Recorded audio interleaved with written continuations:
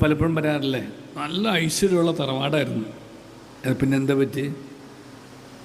കാലത്തിന് മാറ്റാൻ പറ്റുന്നതാണോ ഐശ്വര്യം? അല്ല, കയ്യിലിരിപ്പ് കൊണ്ട് ചോർന്നു പോയതാണ്. എന്തായിരുന്നു കയ്യിലിരിപ്പ്? ദൈവത്തോടുള്ള അവിശ്വസ്തതയായിരുന്നു. ദൈവത്തോടുള്ള അവിശ്വസ്തത വന്നപ്പോൾ ഐശ്വര്യം ചോർന്നു പോയി. അങ്ങനെയാണ് മുടിഞ്ഞ ഇല്ലവും ഇടിഞ്ഞ തറവാടും ഒക്കെ ഉണ്ടായത്. ദൈവത്തോടുള്ള വിശ്വസ്തതയിൽ സംഭവിച്ചതാണ്.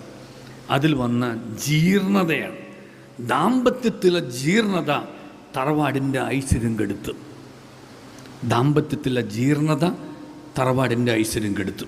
അപ്പം ഞാൻ തിരിച്ചു വരട്ടെ. അപ്പോൾ ഒരു ആത്മീയമായിട്ടൊരു ബന്ധമായിട്ട് ഇതിനെ കണ്ടാൽ മാത്രമേ ബാക്കി എല്ലാത്തിനും ഒരു പ്രസരിപ്പുണ്ടാവുകയുള്ളൂ, ബാക്കി എല്ലാത്തിനും തുടിപ്പുണ്ടാവുകയുള്ളൂ, ബാക്കിയെല്ലാം ചൈതന്യവത്താവുകയുള്ളൂ.